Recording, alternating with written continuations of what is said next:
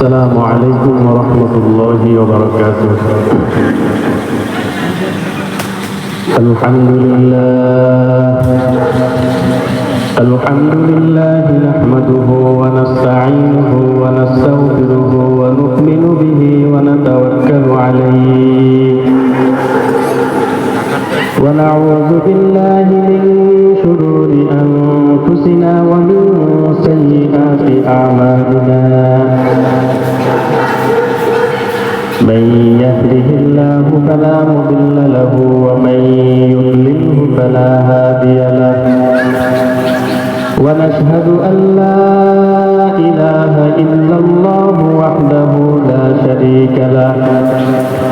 ونشهد أن سيدنا وسندنا وحبيبنا وطبيبنا ومولانا محمدا عبده ورسوله كلما ذكره الذاكرون وكلما غفل عن ذكره الغافلون.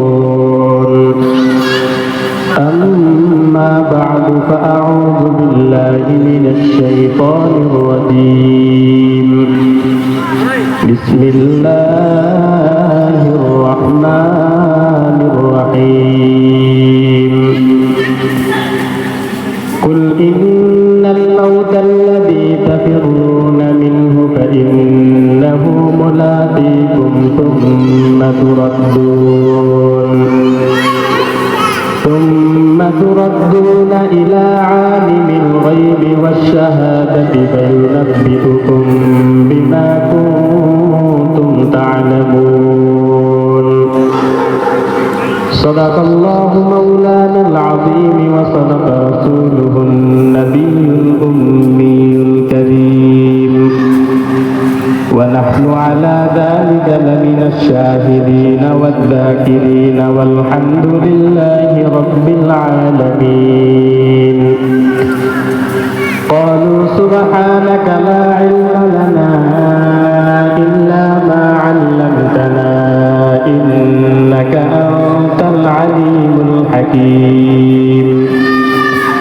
اللهم صل على محمد وعلى آل محمد كما صليت على إبراهيم وعلى آل إبراهيم إنك حميد مجيد.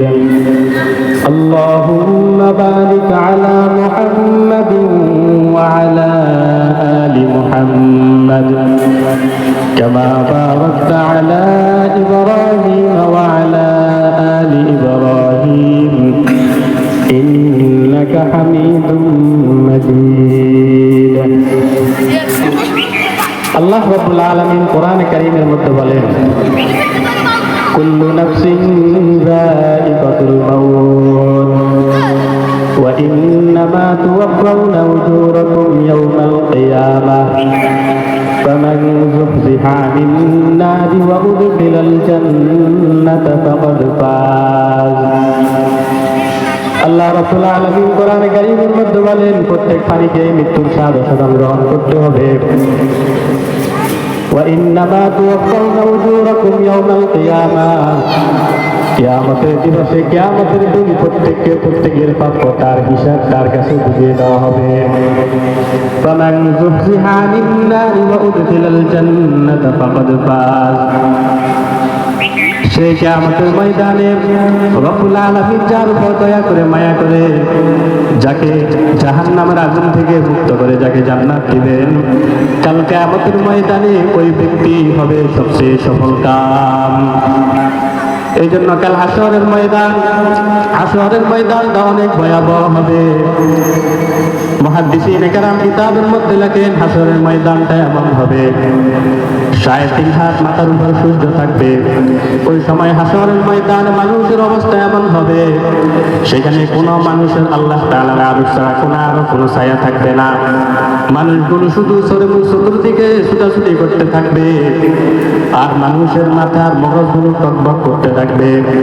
সে হাসরের ময়দানে যে ব্যক্তি যে পরিমাণ দুনিয়াতে অন্যায় কাজ করবে, গুনাহ কাজ করবে, সে হাসরের ময়দানে তার সেই পরিমাণ গাম হবে।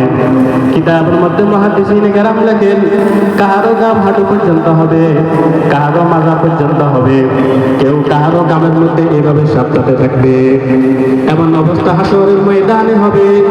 সে হাসরের ময়দানে আল্লাহ তাআলা 7 শ্রেণীর মানুষকে তার আরশে আযীমের নিচে ছায়া দান করবেন। কয় শ্রেণী? 7 শ্রেণীর মানুষকে আল্লাহ রাব্বুল আলামিন সে আরশে আযীমের নিচে তার আরশের নিচে ছায়া দান করবেন। সেই 7 শ্রেণীর মানুষ কারা? আল্লাহর হাবিব জনাব মুহাম্মদুর রাসূলুল্লাহ সাল্লাল্লাহু আলাইহি সাল্লাম হাদিস পাকের মধ্যে বলেন, قال رسول الله صلى الله عليه وسلم سبعة يظلهم الله في ظله يوم لا ظل إلا ظله। হাসরের ময়দানে যখন মানুষের অবস্থা ভয়াবহ হবে, ওই সময় আল্লাহ তাআলা তার আরশ আযীমের নিচে 7 শ্রেণীর মানুষকে ছায়া দান করবেন। এই 7 শ্রেণীর মানুষের মধ্যে আল্লাহ রাসূল সাল্লাল্লাহু আলাইহি সাল্লাম হাদিসের মধ্যে বলেন, এই 7 শ্রেণীর মানুষের মধ্যে 1 নম্বর মানুষ হলো আল ইমামুল আদিল। 1 নম্বর মানুষ হলো ইনসাফকার শাসক। ইনসাফকার শাসক কাকে বলে? প্রত্যেক মানুষ, প্রত্যেক ব্যক্তি তার পরিবারের একজন শাসক। একজন বাবা তার সন্তানের জন্য সে শাসক, একজন ব্যক্তি তার স্বামীর তার স্ত্রীর কাছে সে একজন শাসক। কোন ব্যক্তি যদি তার শাসন কাজ তার পরিবারের মানুষের সাথে যদি ihsan করতে পারে, তার পরিবারের সাথে যদি সে নম্রভদ্র হয়ে সকল কাজগুলো সুন্দরভাবে পরিচালনা করতে পারে, তাহলে কাল কিয়ামতের ময়দানে আল্লাহ তাআলা ওই ইনসাফগার শাসককেও আল্লাহ তাআলা আরশে আযীমের নিচে ছায়া দান করবেন। সুবহানাল্লাহ। এই জন্য কাল কিয়ামতের ময়দানে আল্লাহ তাআলার আরশের নিচে 1 নম্বর ব্যক্তি হলো আল ইমামুল আদিল, ইনসাফগার শাসক। এরপর আল্লাহ রাসূল সাল্লাল্লাহু আলাইহি সাল্লাম বলেন, কাল কিয়ামতের ময়দানে আরশে আযীমের নিচে 2 নম্বর ওই ব্যক্তিকে আল্লাহ তাআলা আরশে আযীমের নিচে ছায়া দান করবেন। ওয়া শাআতুন নাশা ফি ইবাদাতি রাব্বিহি। 2 নম্বর হলো ওই ব্যক্তি যে যুবক তার যৌবন বয়সে আল্লাহ তাআলার ইবাদত করবে, ওই ব্যক্তিকেও আল্লাহ তাআলা হাসরের ময়দানে তার আরশে আযীমের নিচে ছায়া দান করবেন। এই জন্য মেরে মুআজ্জাজ হাজিরিন, দুনিয়ার মধ্যে যে সকল যুবক ভাইয়েরা রয়েছে, আমাদের এই গনিমতের সময়টাকে, আমাদের এই যৌবন বয়সটাকে আমরা কাজে লাগাই, আল্লাহ তাআলার ইবাদতের মধ্যে আমরা কাটাই, তাহলে আল্লাহ তাআলা কাল কিয়ামতের ময়দানে, হাসরের ময়দানে যখন মানুষের অবস্থা ভয়াবহ হবে, ওই সময় আল্লাহ তাআলা ওই যুবককেও তার আরশে আযীমের নিচে ছায়া দান করবেন। মেরে মুআজ্জাজ হাজিরিন, আল্লাহ রাসূল সাল্লাল্লাহু আলাইহি সাল্লাম হাদিসের মধ্যে বলতেছেন, 7 শ্রেণীর মানুষকে আরশে আযীমের নিচে ছায়া দান করবেন। এর মধ্যে 3 নম্বর হলো ওই ব্যক্তি ওয়ারাজুলুন কলবুহু মুআল্লাকুন ফিল মাসাজিদ। আল্লাহ রাসূল সাল্লাল্লাহু আলাইহি সাল্লাম হাদিসে পাকের মধ্যে বলেন, 3 নম্বর ওই ব্যক্তিকে আল্লাহ তাআলা আরশে আযীমের নিচে ছায়া দান করবেন, যেই ব্যক্তির অন্তরটা সবসময় মসজিদের সাথে লাগানো থাকবে। মেরে মুআজ্জাজ হাজিরিন, আল্লাহ রাসূল সাল্লাল্লাহু আলাইহি সাল্লাম বলতেছে, মসজিদের সাথে অন্তরটা কিভাবে লাগানো থাকবে? মসজিদের সাথে অন্তরটা এইভাবে লাগানো থাকবে, সেই ব্যক্তি যখনই মসজিদ থেকে বের হবে, সব সময় তার খেয়াল থাকবে কখন মসজিদ থেকে আযান দেয়, কখন মসজিদ থেকে মুয়াজ্জিন আমাকে ডাক দেয়, হাইয়া আলাস সালাহ, হাইয়া আলাল ফালাহ বলে ডাক দেয়, তখন সাথে সাথে মসজিদে গিয়ে আমি নামাজ আদায় করব। যখনই আমি বাড়িতে থাকি, যেখানেই থাকি, সব সময় আমার খেয়াল কখন মুয়াজ্জিন আমাকে ডাক দেয়, আর মুয়াজ্জিন যখন হাইয়া আলাস সালাহ, হাইয়া আলাল ফালাহ বলে ডাক দিবে, ওই সময় মুয়াজ্জিনের ডাকের সাথে সাথে মসজিদে গিয়ে যে ব্যক্তি নামাজ আদায় করবে, ওই ব্যক্তিকেও কাল কিয়ামতের ময়দানে আল্লাহ তাআলা তার আরশে আযীমের নিচে ছায়া দান করবেন। সুবহানাল্লাহ। তাহলে কয় প্রকারের কথা বলছি? 3 প্রকার। 1 নম্বর হলো ইনসাফকার শাসক আল ইমামুল আদিল। 2 নম্বর হলো ওয়াশাবুন নাশা ফি ইবাদাতি রাব্বিহি। 3 নম্বর হলো ওই যুবক যে যুবক যৌবন বয়সে তার সময়টাকে সে ইবাদতের কাজে লাগাবে। 3 নম্বর হলো ওই ব্যক্তি ওয়ারাজুলুন কলবুহু মুআল্লাকুন ফিল মাসাজিদ। মাসাজিদ, 3 নম্বর আল্লাহ তাআলা ওই ব্যক্তিকে তার আরশ আযীমের নিচে ছায়া দান করবেন যার অন্তরটা সবসময় মসজিদের সাথে লাগানো থাকবে। এরপর আল্লাহ রাসূল সাল্লাল্লাহু আলাইহি ওয়াসাল্লাম হাদিস পাকের মধ্যে বলতেছেন, ওয়ারাজুলুন তাহাব্বা ফিল্লাহি ইজতামা আলাইহি ওয়া তাফাররাকা আলাইহি। আল্লাহ রাসূল সাল্লাল্লাহু আলাইহি ওয়াসাল্লাম হাদিস পাকের মধ্যে বলতেছেন, কাল কিয়ামতের ময়দানে ওই ব্যক্তিকেও আল্লাহ তাআলা তার আরশ আযীমের নিচে ছায়া দান করবেন যে ব্যক্তি কোনো মানুষকে মহব্বত করে একমাত্র আল্লাহর জন্য। কার জন্য? আল্লাহর জন্য। দুনিয়াতে কোনো মানুষকে আপনি মহব্বত করেন একমাত্র আল্লাহর জন্য, কোনো মানুষকে আপনি পছন্দ করেন তাও একমাত্র আল্লাহর জন্য। দুনিয়াতে যে ব্যক্তি কোনো মানুষকে মহব্বত করে, কোনো মানুষকে ঘৃণা করে, যা কিছু করে একমাত্র আল্লাহ তাআলাকে রাজি খুশি করার জন্য, কাল কিয়ামতের ময়দানে আল্লাহ তাআলা ওই ব্যক্তিকে তার আরশ আযীমের নিচে ছায়া দান করবেন। সুবহানাল্লাহ। ওয়ারাজুলুন দাআতহু যাতু মানসাবিন ওয়া জামালিন ফাকালা ইন্নী আখাফুল্লাহ। আল্লাহ রাসূল সাল্লাল্লাহু আলাইহি ওয়াসাল্লাম হাদিস পাকের মধ্যে বলতেছেন, 5 নম্বর ওই ব্যক্তিকে আল্লাহ তাআলা তার আরশ আযীমের নিচে ছায়া দান করবেন যে ব্যক্তিকে কোন রূপসী নারী, কোন বংশীয় নারী জিনার জন্য আহ্বান করেছে আর সেই ওই নারীকে এই কথা বলে দিয়েছেন, ফাকালা ইন্নী আখাফুল্লাহ, আমি একমাত্র আল্লাহকে ভয় করি। কাকে ভয় করি? আল্লাহকে ভয় করি। আল্লাহ রাসূল সাল্লাল্লাহু আলাইহি ওয়াসাল্লাম বলতেছেন, ওয়ারাজুলুন তাসাদ্দাকা ইফরাআন হাত্তা তা'লামা শিমালুহু মা তুনফিকু ইয়ামিনুহু।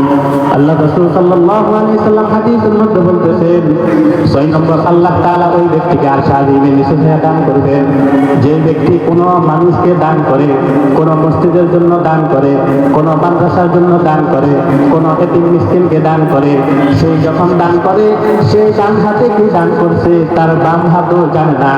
কাল কিয়ামতের ময়দানে ওই ব্যক্তিকে আল্লাহ তাআলা তার আরশ আযীমের নিচে ছায়া দান করবেন।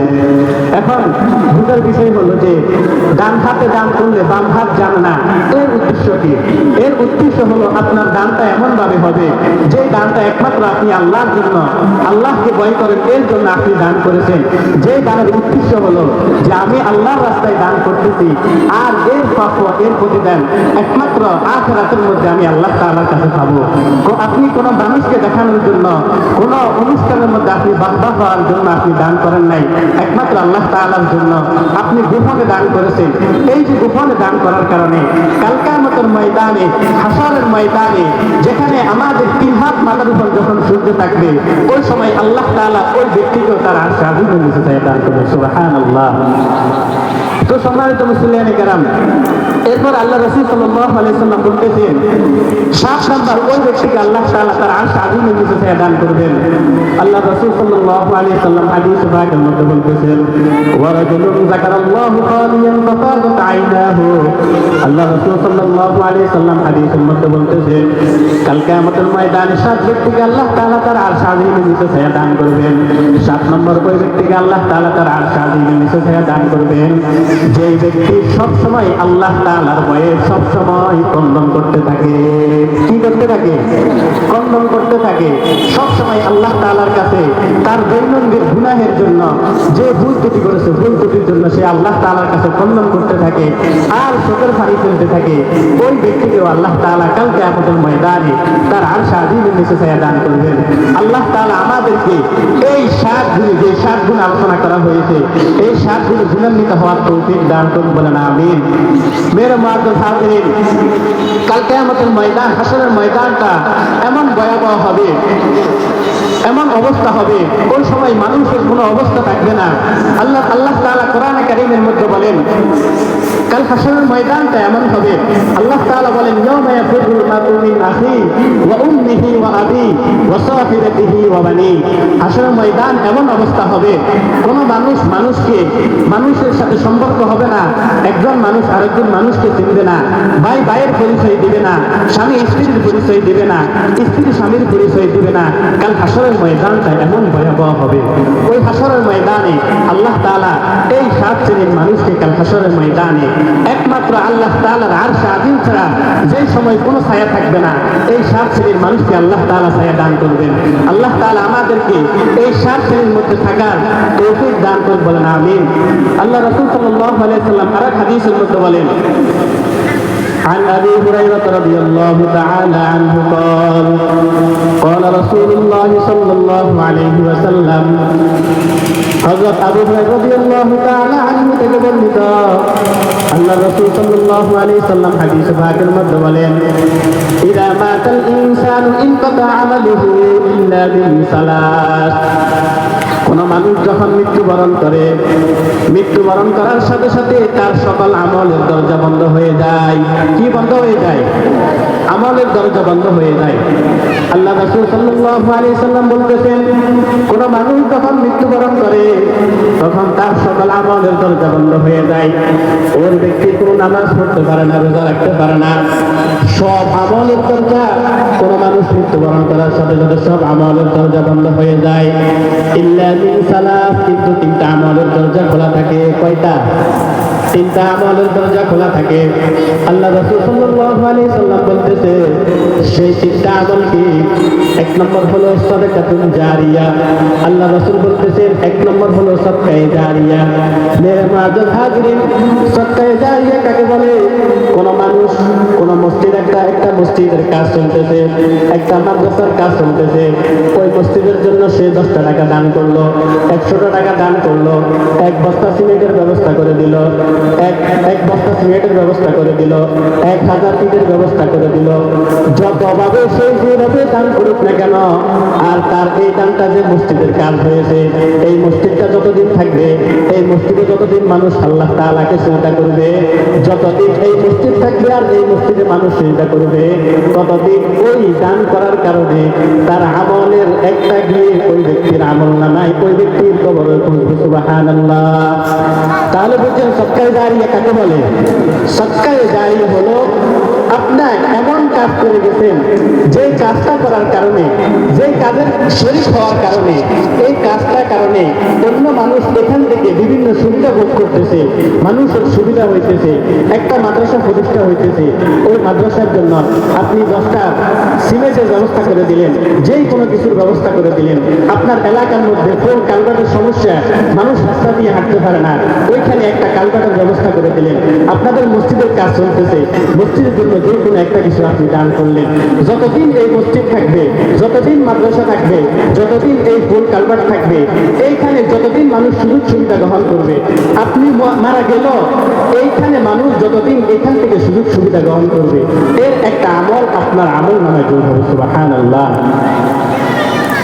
मेरे बादल हाजिरिन আল্লাহ রাসূল সাল্লাল্লাহু আলাইহি সাল্লাম হাদিস পাকের মধ্যে বলতেছেন ইযা মাতাল ইনসানু ইনকাতা আমালুহু ইল্লা মিন সালাত সাদাকাতিন জারিয়া দুই নম্বর আল্লাহ রাসূল সাল্লাল্লাহু আলাইহি সাল্লাম বলতেছেন আও ইলমিন ইউনতাফাউ বিহি দুই নম্বর ওই আমলটা মৃত্যুবরণ করার পরেও জারি থাকে যে আমলটা হলো আও ইলমিন ইউনতাফাউ বিহি উপকারী ইলম কাকে বলে উপকারী ইলম বলা হয় আপনি কারো থেকে একটা কোরআনের একটা সূরা শিখলেন একটা দোয়া শিখলেন একটা মাসালা শিখলেন আপনি আরেকজন ব্যক্তিকে শিখালেন ওই ব্যক্তি আরেকজন ব্যক্তিকে শিখালো এইভাবে শিক্ষার হারটা কিয়ামত পর্যন্ত চলতে থাকবে আর মানুষ যতদিন আপনি একজন মানুষকে শিক্ষা দেওয়ার কারণে যতজন মানুষ এই দোয়ার উপরে এই হাদিসের উপরে যতদিন মানুষ আমল করবে আপনি মৃত্যুবরণ করার পরেও এই আমলের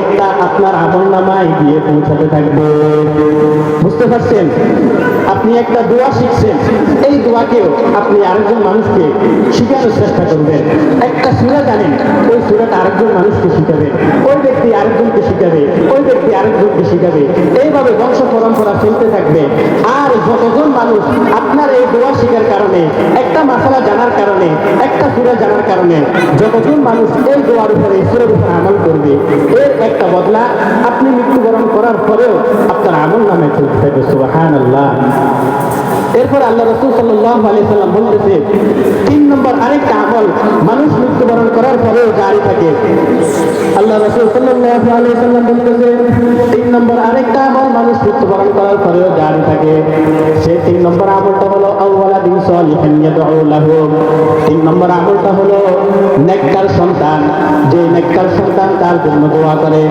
আপনি দুনিয়ার মধ্যে একটা ছেলেকে হাফেজ বানাইলেন, একটা ছেলেকে আলেম বানাইলেন, একটা ছেলেকে আপনি মাদ্রাসাতে পড়ালেখা করালেন। আপনার এই ছেলেটা হাফেজ হইল, আলেম হইল, আর নামাজের পরে যখন দুই হাতটা তুলে বলল রব্বির হামহুমা কামা রাব্বায়ানি সগীরা, দুই হাত তুলে যখন আপনার জন্য দোয়া করবে, এই দোয়া করার সাথে সাথে আল্লাহ তাআলা এই দোয়াটার সাথে সাথে আপনার কবরে গিয়ে পৌঁছাবেন। সুবহানাল্লাহ।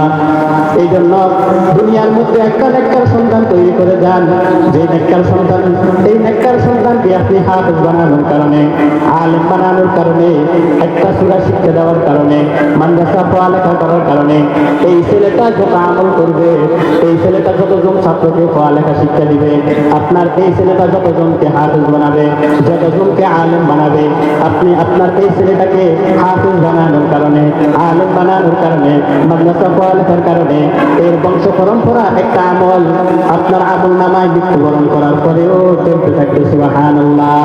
এই জন্য চেষ্টা করেন, দুনিয়াতে যা কিছু করেন না কেন, আপনার যদি ছেলে থাকে, একটা ছেলেকে হাফেজ আলেম বানানোর চেষ্টা করেন। আপনার যদি ছেলে না থাকে, প্রয়োজনে ছেলের ঘরের নাতি হোক, মেয়ের ঘরের নাতি হোক, একজনকে হাফেজ আলেম বানানোর চেষ্টা করেন। কাল হাসরের ময়দানে, কিয়ামতের ময়দানে আপনি দুনিয়াতে বিভিন্ন অন্যায় কাজ করেন, পাঁচ ওয়াক্ত নামাজ ঠিকমতো আদায় করতে পারেন না, আল্লাহ তাআলার বিভিন্ন নাফরমানি করেন। আল্লাহ তাআলা কাল কিয়ামতের ময়দানে যখন জিজ্ঞাসা করবে, হে অমুক, হে আব্দুর রহমান, আব্দুর রহিম, আমার কাছে কি নিয়ে আসছো? তখন আল্লাহকে বলতে পারবেন, আল্লাহ দুনিয়াতে আমি আপনার জন্য কিছু নিয়ে আসতে পারি নাই, তবে আমি কষ্ট করি, না খাই, অনেক কষ্ট করি, আমার এই ছেলেটাকে আমি হাফেজ বানাইছি, এই ছেলেটাকে আলেম বানাইছি, এই ছেলেকে কোরআন শিক্ষা দিয়েছি। কাল কিয়ামতের ময়দানে এই ছেলেকে হাফেজ বানানোর কারণে, আলেম বানানোর কারণে কাল কিয়ামতের ময়দানে আল্লাহ তাআলা আপনার জীবনের সমস্ত গুনাহ মাফ করে দিয়ে আপনাকে জান্নাত দিয়ে। সুবহানাল্লাহ। তাহলে আমরা জীবনে সব সময় চেষ্টা করব, ছেলে না হোক, নাতি হোক, অথবা আপনার এলাকাতে কোনো একটা এতিম ছেলে পড়ালেখা করতে চাই, তার খরচে, তার যে পড়ালেখা করতে যে খরচটা, এই খরচটার আমরা ব্যবস্থা করে দিব। তাহলে এই ছেলেটা হাফেজ হয়ে আলেম হয়ে যে আমলগুলো করবে, যে নেক আমলগুলো করবে আর হাফেজ আলেম বানাবে, এর আমলের একটা বদলা আমার আমল নামায় যোগ হতে থাকবে। আল্লাহ তাআলা আমাদেরকে আমল করার তৌফিক দান করে, বলেন আমিন। তো আমি যে আলোচনাগুলো করছিলাম, আপনাদের এখানে মসজিদের কাজ চলতেছে, মসজিদের কাজের জন্য আপনারা এখনই সুযোগ, আপনারা মসজিদের জন্য এক বস্তা সিমেন্ট দিতে পারেন। আপনার তৌফিক অনুযায়ী 10 টাকা, 20 টাকা, 100 টাকা, 1000 টাকা, যতটুকুই পারেন মসজিদের জন্য শরীক হতে পারেন। আপনার এই যে মসজিদের জন্য আপনি 10 টাকা, 20 টাকা, 100 টাকা দিলেন, একটা সিমেন্ট দিলেন, 1000 ইটের ব্যবস্থা করে দিলেন, তারপরে বালুর ব্যবস্থা করে দিলেন, এই যে মসজিদটা যখন সম্পূর্ণ হবে, এই মসজিদে কিয়ামত পর্যন্ত মুসলিমরা নামাজ পড়বে না, পড়বে তো? এরপরে এই মসজিদে তো অন্য কোনো কাজ হবে না, মানুষ কোরআন তেলাওয়াত করবে, নামাজ পড়বে। এই যে মানুষ, আপনি 10 টাকা দেওয়ার কারণে, এক বস্তা সিমেন্ট দেওয়ার কারণে যতদিন এই মসজিদে থাকবে, আপনি হয়তো মারা যাবেন, আপনার পরের যারা প্রজন্ম আছে তারা নামাজ পড়বে, এরপরে প্রজন্ম নামাজ পড়বে, কিন্তু আপনি হয়তো মৃত্যুবরণ করলেন, ওই যে মৃত্যুবরণ করলেন সব আমল বন্ধ হয়ে যাবে। কিন্তু ওই যে মসজিদের জন্য 10 টাকা দান করলেন, এক বস্তা সিমেন্টের ব্যবস্থা করলেন, 1000 ইটের ব্যবস্থা করে দিলেন, এর একটা আমল নামা, এইভাবে আপনার আমল নামায় মৃত্যুর পরেও এক হতে থাকবে, যোগ হতে থাকবে। সুবহানাল্লাহ। তাহলে আল্লাহ রাসূল যে আমাদেরকে এত সুন্দর একটা সুযোগ সুবিধা করে দিয়েছেন, আমরা এই সুবিধাটা সবাই নেওয়ার চেষ্টা করব। আল্লাহ তাআলা আমাদেরকে বুঝার এবং আমল করার তৌফিক দান করুন, বলেন আমিন। ওয়া আখিরু দাওয়ানা আলহামদুলিল্লাহি রাব্বিল আলামিন ওয়া সাল্লাল্লাহু আলা নবিয়্যিল কারীম। আসসালামু আলাইকুম ওয়া রাহমাতুল্লাহি ওয়া বারাকাতুহু।